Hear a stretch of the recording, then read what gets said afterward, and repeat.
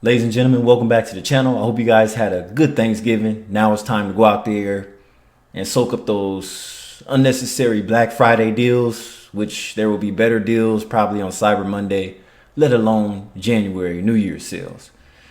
But back to the nature at hand, there's a lot of scams going on the internet far as finding employment opportunities, especially if those of you that are in pretty much less fortunate areas of the world, like, the Philippines, Myanmar, Thailand, those areas. A lot of people like to go there from other countries to pretty much pick up their victims and use them for whatever they want to do. Online scams, bank calls, whatever.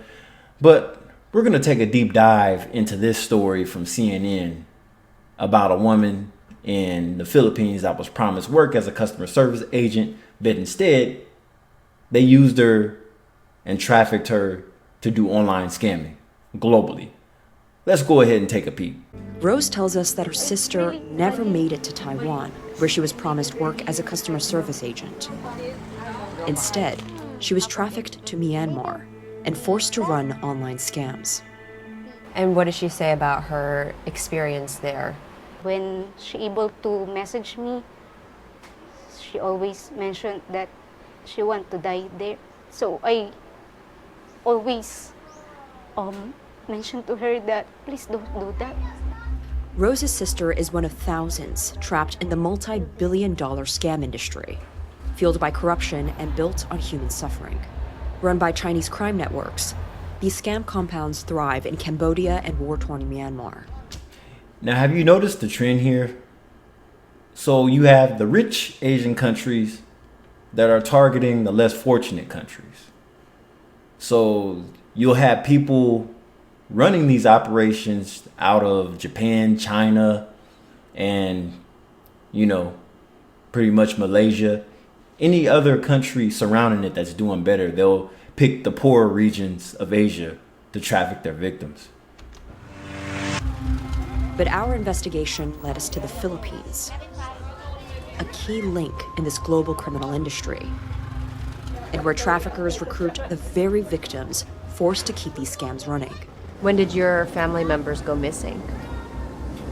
November 19, 2024.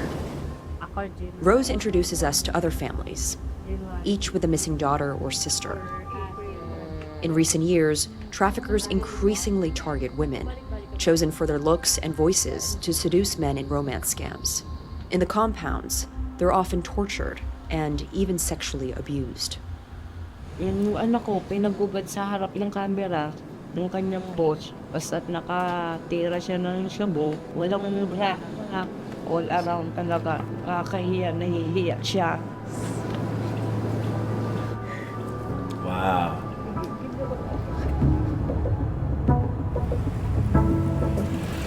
But the Philippines doesn't just supply victims to run these scams. It harbored them too. We've driven 2 hours outside Manila to one of the biggest scam compounds in the Philippines. We're told it's nearly 10 hectares. And it was raided over a year ago, but we can still get a tour inside with some government escorts. Look at that. That looks like luxury. But then the walls are always different on the other side, right? To see what's been left behind. The people who are working here for these scams, how many do you think were trafficked here? Around 5,000 to 6,000. Wow. The Philippines government has charged Chinese crime boss Huang Xiang for allegedly trafficking victims to work at the sprawling complex under the guise of a legal casino. Look at this. You got Buddha heads out and everything. I think that's a Buddha. I'm not sure.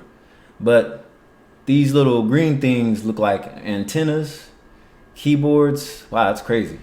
So this is one of the rooms where scammers would work, and we found scripts and notebooks that detail how they would financially entrap victims. Each book reads like a manual in deceit, a step-by-step guide on how to forge intimacy. Can I go in? Yes. In another part of the compound, we're shown a dorm where trafficked women lived. Whoa. That's crazy. They bras, everything. Strip tease. Traces of their lives abandoned in a hurry. Overlooking the compound is the kingpin's mansion. This is their living room, their sala. Pretty luxurious and spacious. Yes, because this is the big boss place. Wow.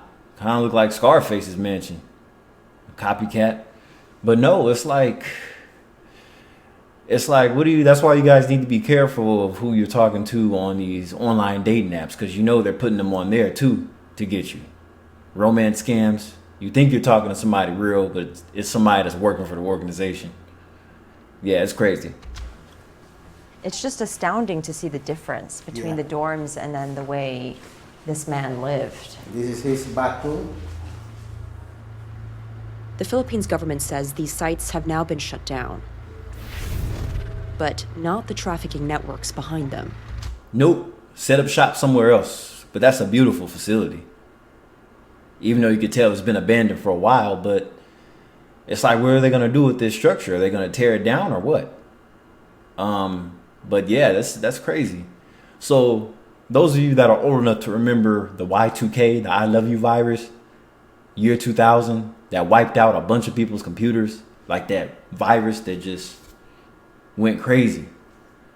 And this was way before, internet security was up to par. Like, internet security was so weak back in the late 90s, even into the early 2000s. So those of you that were running Windows PC, most likely Windows PCs were always easily, to crash, wipe out, get a virus. But if you had that Macintosh, it's hard to write viruses for those. We've heard that there are Filipinos recruiting other Filipinos to work at these scam compounds abroad.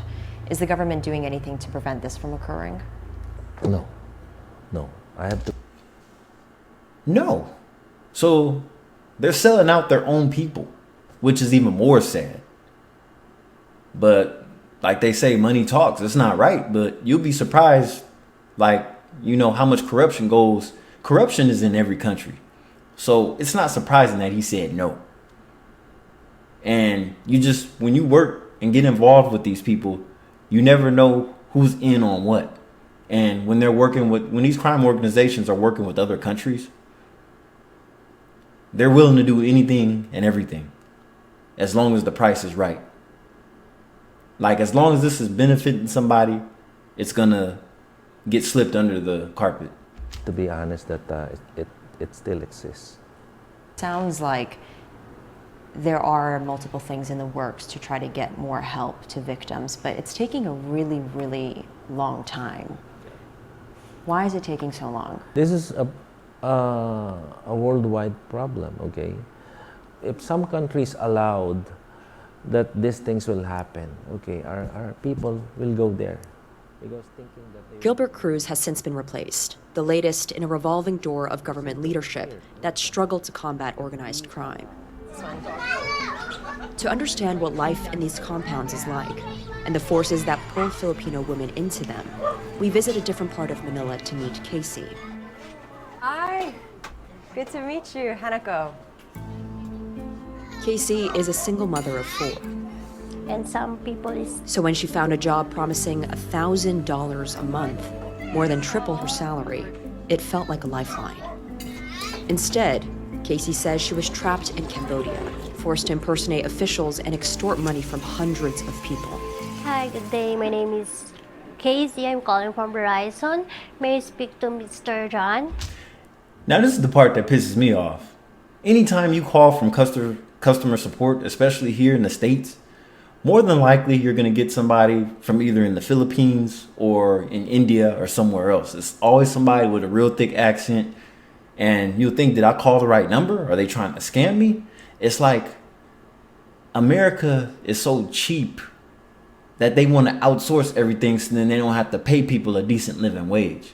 So they'll go to the cheaper countries and hire people that are willing to work for less. And then with AI, that's going to get even 10 times worse. You still remember it? I'm not doing. I just. Hello. So she was one of the lucky ones. Some of these people get lucked up and don't have it as bad, but still, Once you're extorted to another country, that's bad. It's like your rights are really gone. Like it's really bad once you get trafficked into another country. The organizations take all your legal papers and everything, and you're just stuck there. There's no way to get you in or out. because I don't want. In these compounds, refusing to work can mean torture. But Casey fought back, literally, beating the woman who trafficked her.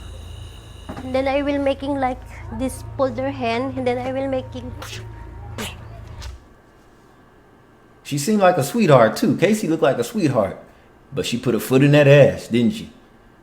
And then make it, because I will tell her, anong ginawa ko masama sa'yo?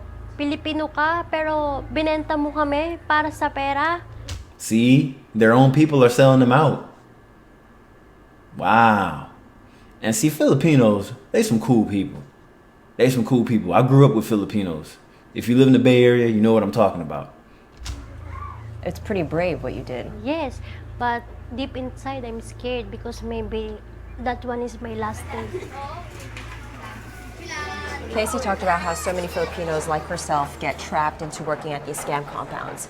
And just looking around her neighborhood, you can see why. I mean, there are so few job opportunities and the economic situation.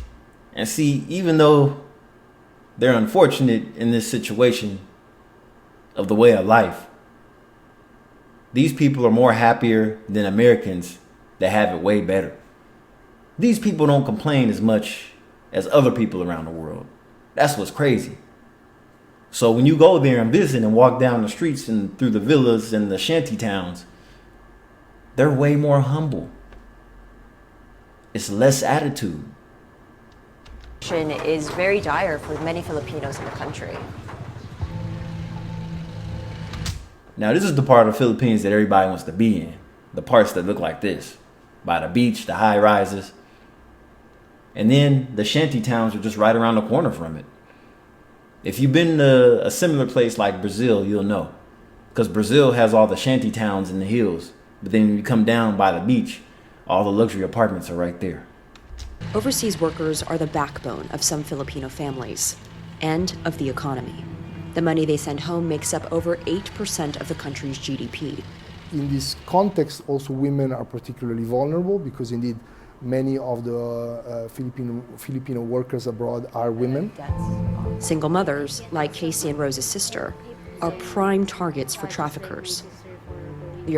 Wow, that's sick. So they target single mothers mainly? And then, like I said, social media is a major network for trafficking these girls. By job postings on social media that promise a one-way ticket out of poverty. For years, law enforcement and governments have failed to keep up with the industry, outpaced at every turn by professional criminals and their ability to exploit new technology. The thing is, they'll never be able to keep up with it. But then again, with the rise of AI, maybe there's a way to combat it. But then you have to remember, AI is used for everything. AI is used for manipulation. AI is used to find crimes.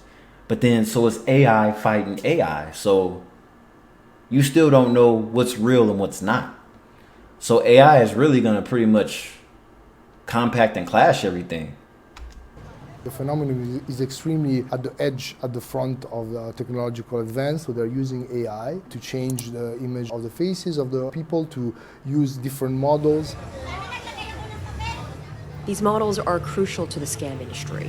And as business grows more organized and professional, some even post audition tapes on social media. Whoa. I have work experience in AI model. Hoping to make deception a full-time job. I stand 5'6" in height. My current weight is 50. If it's too good to be true, it probably is. But then again, you have people that don't care as long as they could at least attempt to make some money, even if it is fraudulent. 52 kilos. I'm a fast learner and I can work under pressure. CNN obtained one model's contract that spells out their duties clearly. They have to look attractive and wealthy enough to fool rich victims. So they going after the rich people. They're not even trying to go after everyday ordinary people. The rich people.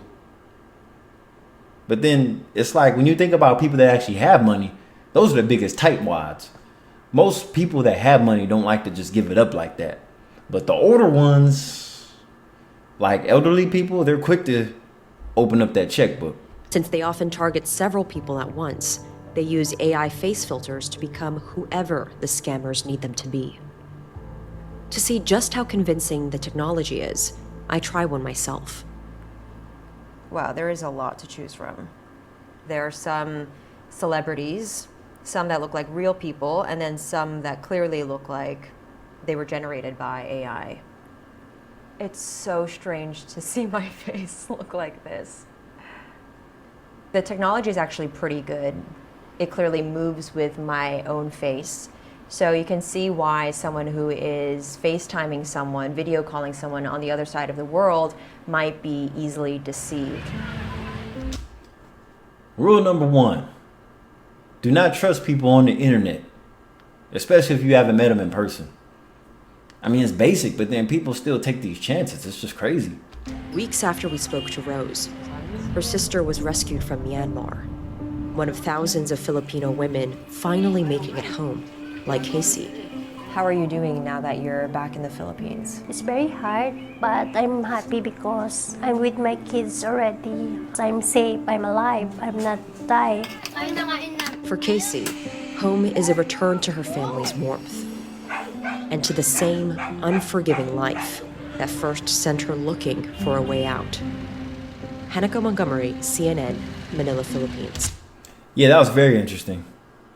Very, very, very interesting.